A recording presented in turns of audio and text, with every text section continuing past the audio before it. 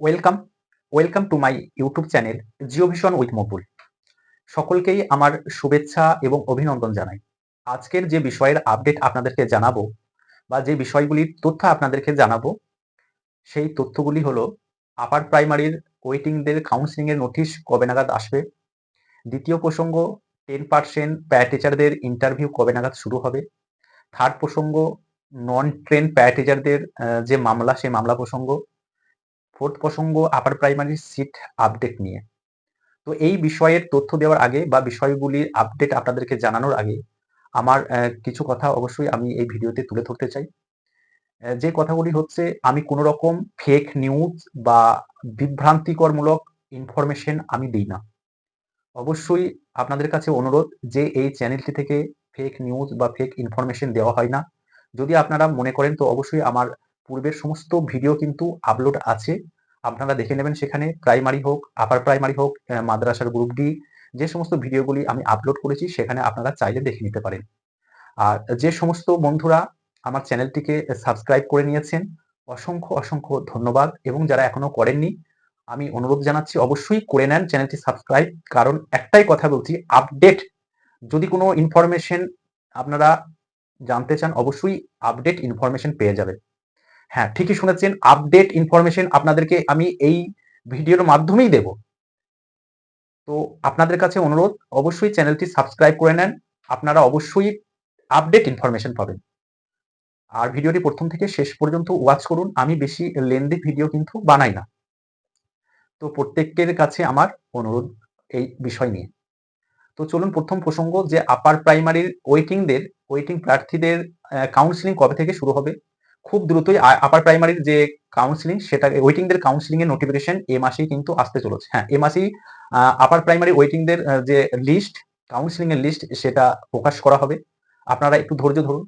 দ্বিতীয় প্রসঙ্গ, 10% প্যারা টিচারদের যে ইন্টারভিউ নোটিফিকেশন, আমরা দেখেছি 10 প্যারা টিচারদের যে নেমের লিস্ট, সেই লিস্ট কিন্তু চলে এসেছে অলরেডি।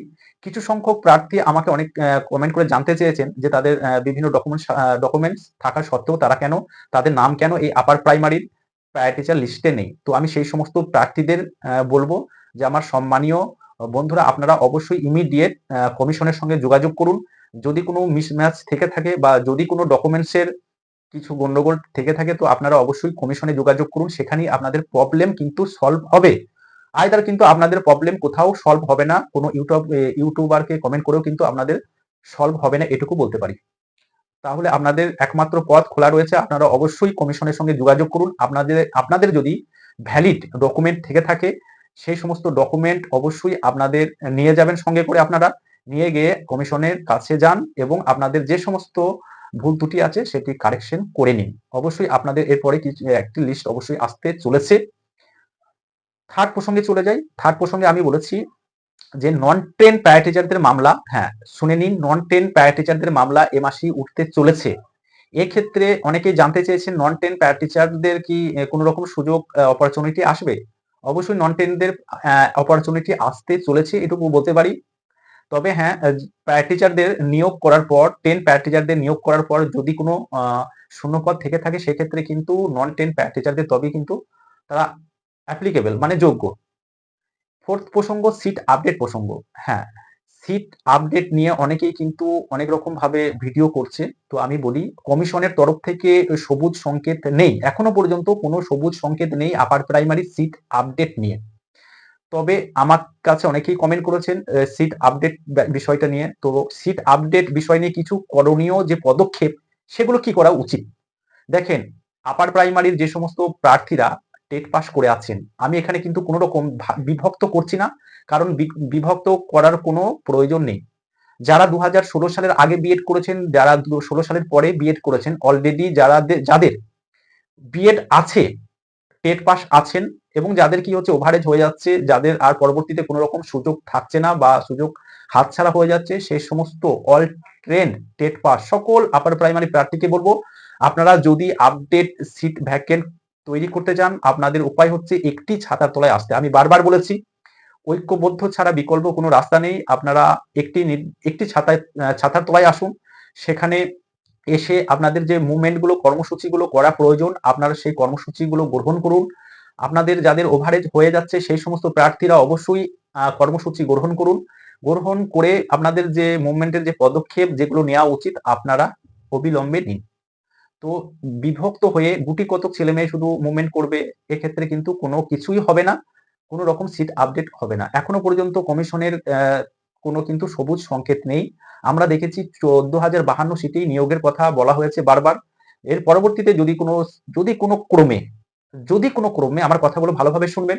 যদি কোনো ক্রমে আপনারা সিট আপডেট নিয়ে আসতে পারেন, সেক্ষেত্রে কমিশন যদি আপনাদের দিকে তাকিয়ে মুখ চেয়ে তাকায়, সেক্ষেত্রে কিন্তু পরবর্তী যে নিয়োগ প্রক্রিয়া, নিয়োগ প্রসেস সেখানে কিন্তু প্রত্যেককেই আবেদন করতে পারবেন। কারা ২০১৬ সালের আগে বিএড করেছেন বা ১৬ সালের পরে বিএড করেছেন এটা দেখা হবে না। যারা অল টেট পাস আছেন এবং যাদের বিএড আছে অলরেডি সমস্ত প্রার্থী কিন্তু এখানে অ্যাপ্লিকেবল হবেন। এটুকু বলতে পারি। তো এই ছিল আজকের যে সমস্ত বিষয়গুলি বলার তা আপনাদেরকে বললাম যে মুভমেন্ট শুধুমাত্র গুটিকতক প্রার্থীকে নিয়ে হয় না। অবশ্যই মুভমেন্ট করতে গেলে একটা শক্তিশালী গ্রুপের দরকার, একটা শক্তিশালী ঐক্যবদ্ধ যে মুভমেন্ট আন্দোলন সেই আন্দোলনের প্রয়োজন। যে আন্দোলন আপনাদেরকে সিট আপডেট করতে বাধ্য করবে সেই আন্দোলনই প্রয়োজন। তো অবশ্যই আপনারা আপনাদের যে মুভমেন্ট কর্মসূচি যাদের ওভারেজ হয়ে যাচ্ছে, যাদের এজ অলরেডি প্রায় শেষ হয়ে যাচ্ছে সেই সমস্ত প্রার্থীদের কাছে আমার অনুরোধ আপনারা একটি ছাতার তলায় আসুন ঐক্যবদ্ধভাবে। অনেক হাজার প্রার্থী রয়েছেন।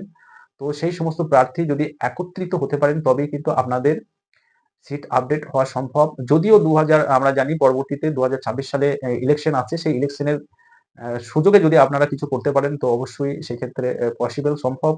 আইদার কিন্তু কোনো কিছু সবুজ সংকেত নেই। আমার কোনো রকম কথাতে আপনারা খারাপভাবে নেবেন না। আমি সঠিকটাকেই তুলে ধরলাম। তো এই ছিল আজকের আপডেট বিষয় যেগুলো আপনাদেরকে আমি এই ভিডিওর মাধ্যমে জানালাম। তো আপনারা অবশ্যই এই চ্যানেলটি সাবস্ক্রাইব করে সঙ্গে থাকুন, পাশে থাকুন। আপনারা প্রত্যেককেই সুস্থ থাকুন, ভালো থাকুন। Thank you.